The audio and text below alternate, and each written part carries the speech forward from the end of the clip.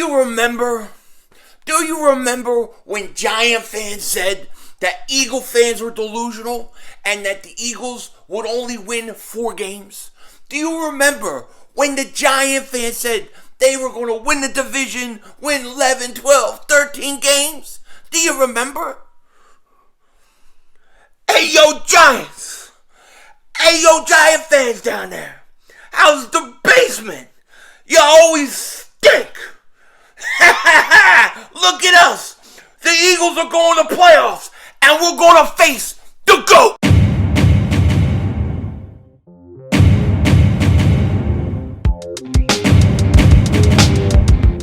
Dallas still stinks.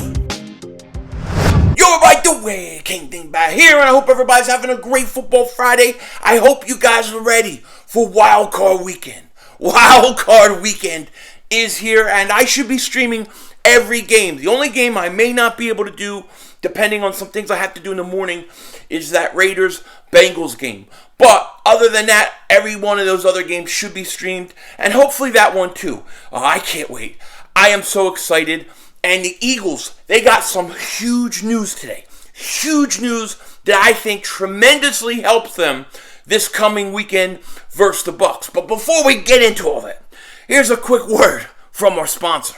Listen, when it comes to watching sports, when it comes to betting sports, there are 2 ways you could go about it. You could do it the Eagles analytic department way, where they're in a basement in a cold, dark room somewhere, crunching numbers that they don't even know what it means. Or you could do it the Philly 500 way, where you're constantly entertained and enjoy every moment of the process. This is why I start my day by going to thegameday.com, where they add excitement to live sports with a constant influx of sports entertainment and sports betting content, which includes best bets, picks, previews, predictions. You know I love predictions, the ride-along series, and much more. The Game Day makes betting entertaining as well as watching sports in general.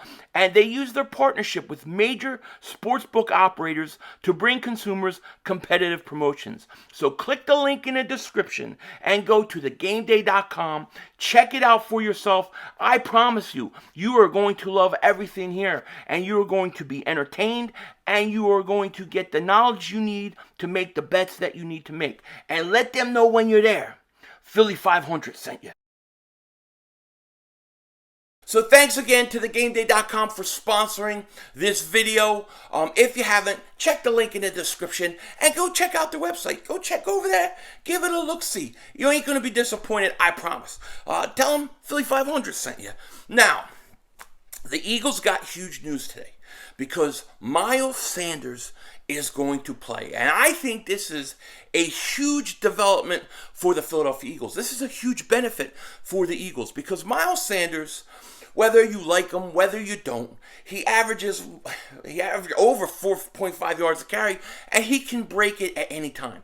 And when you have a guy that a defense has to worry about breaking that 80-yarder, that 60-yarder, that 40-yarder, it's big. And then you take him, you mix him with Jordan Howard, who is healthy, ready to go, and Boston Scott. I think this running game for the Eagles, I think they're going to be very effective against the Buccaneers. And I know the Buccaneers are good against the run. And I'll say this, every team that we've played that is good against the run, remember, Saints, #1 run defense. Eagles ain't going to be able to run the ball on the Saints. We've destroyed them. I don't believe there's a defense that can stop the Eagles' run. I think that offensive line is big, strong, and nasty. And I think if the Eagles decide to go out and impose their will running the ball, I don't think anybody can stop them. My biggest concern with Miles Sanders is he's coming back 3 weeks after surgery.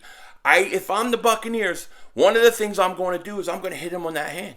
I'm going to try to hit him on that hand and see if he'll fumble the ball. Fumbling has been an issue with Miles Sanders in the past.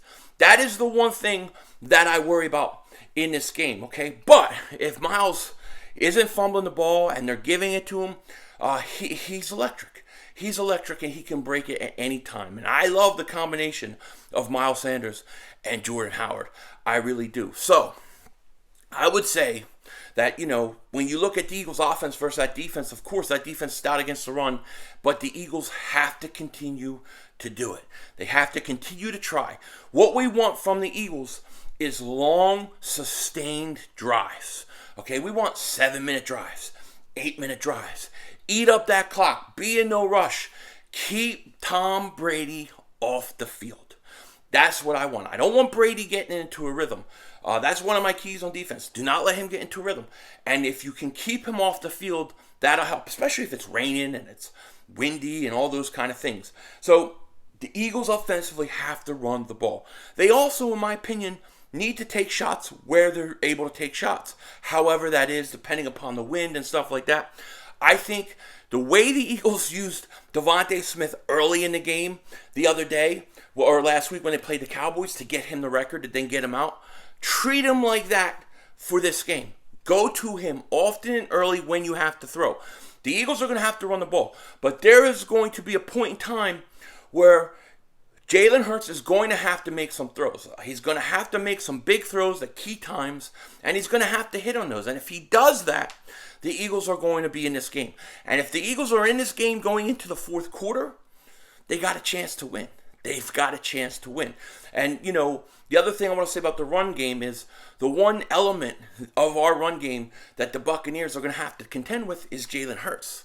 Jalen Hurts can take a broken play. He can take it and do and make something out of nothing. And that's huge. That is very hard to contain. You imagine it's raining and it's windy, let's say. That's tough to deal with. You got to worry about Miles, Devontae Smith. Now Jalen Hurts is running the ball. I think the Eagles, this Eagles team is not the same team that the Buccaneers played. They're just not. And the Eagles are not playing the same Buccaneers team they played early on. It's not them.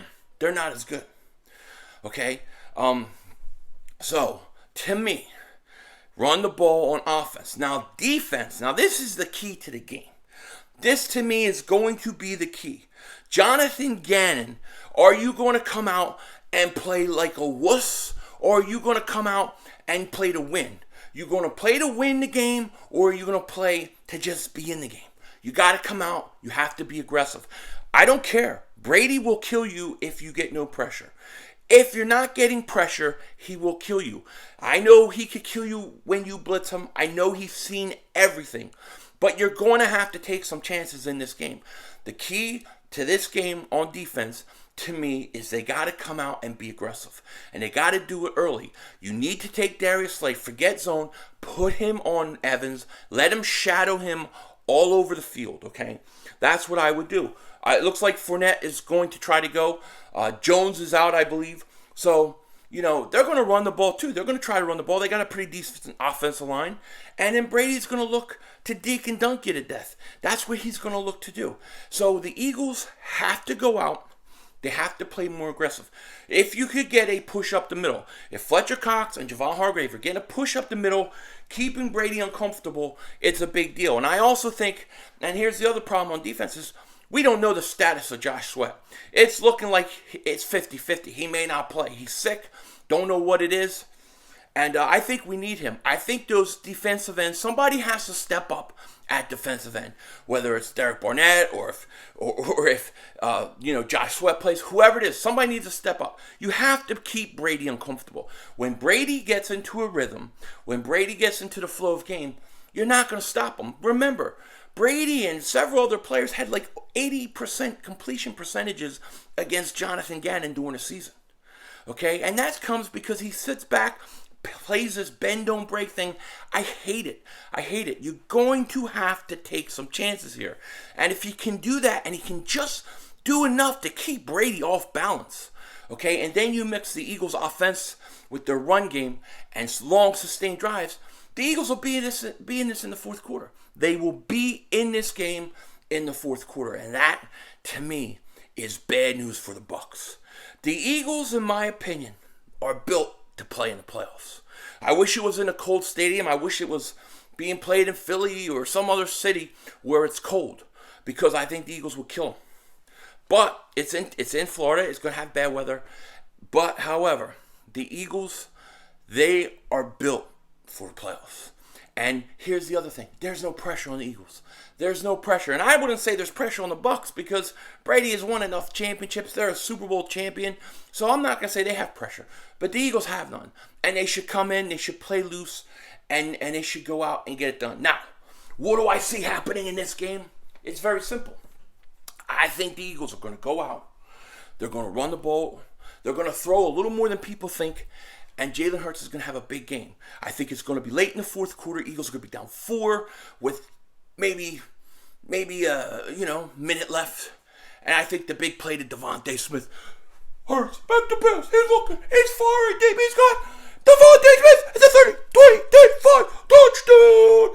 Eagles will go up. And then the Eagles are going to win the game in the end.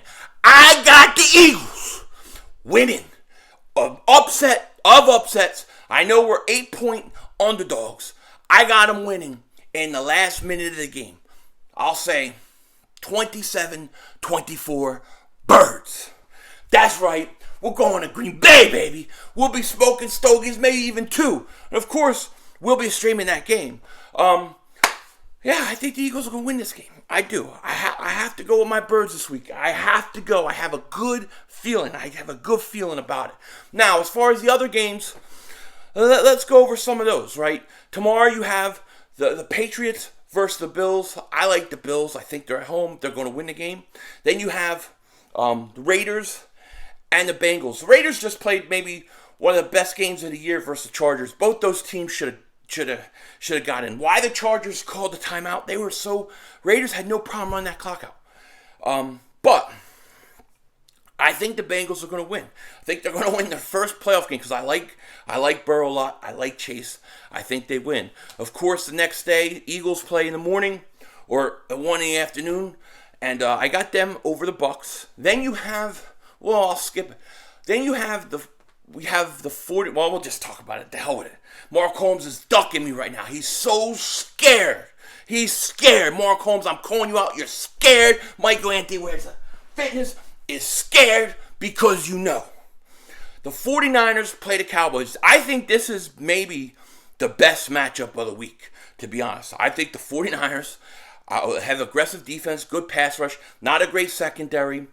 But I think they do a lot of good things offensively. I think they can run the ball in Dallas. They are very good yards after the catch.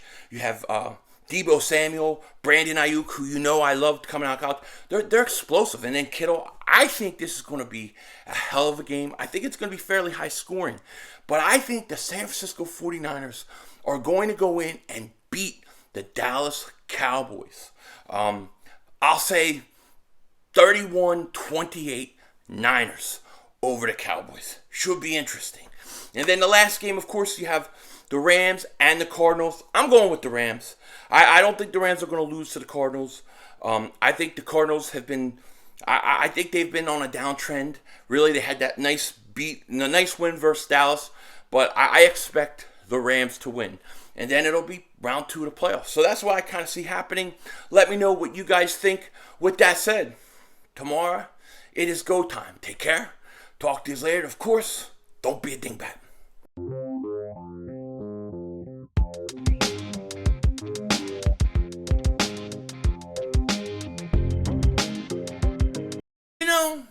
I put out a perfect bet. I put out a great bet. And yet, Mark Holmes is scared. He's running scared. He won't even respond. Michael Anthony, where's the fitness? Won't even respond. And then I read all these comments. Oh, you shouldn't make that bet. Mark shouldn't make that bet. He's got to say something for months. And what do you have to do? I have to go out and spend money. I have to go out and spend money on a Cowboys jersey. Neither of them have to spend nothing except for the cost of shipping. This is an easy bet. Matter of fact, I'm not getting enough out of it. I'm risking more than them. But I'm willing to do it. I'm willing to take the chance because the truth is, I haven't had a chance for that belt. When the Eagles played the Cowboys week 3, Michael Anthony Wears the Fitness didn't have the belt in his possession. It was Pizzle. Then after that game, the Giants lost it to the Cowboys. By the time the Eagles played the Giants, Pizzle didn't have the belt. Michael Anthony Wears the Fitness did. And then the only chance I had to win the belt was when the Eagles weren't going to play their starters anyways. So I haven't had a chance. But people ask, what am I risking more than Mark Holmes and Michael? It's Strado. I got to go pay for a jersey. So yeah, I'm risking more. And that's okay because I want my belt back. I want my belt back, and I'm coming for Mark Holmes' meats. Denzel Washington.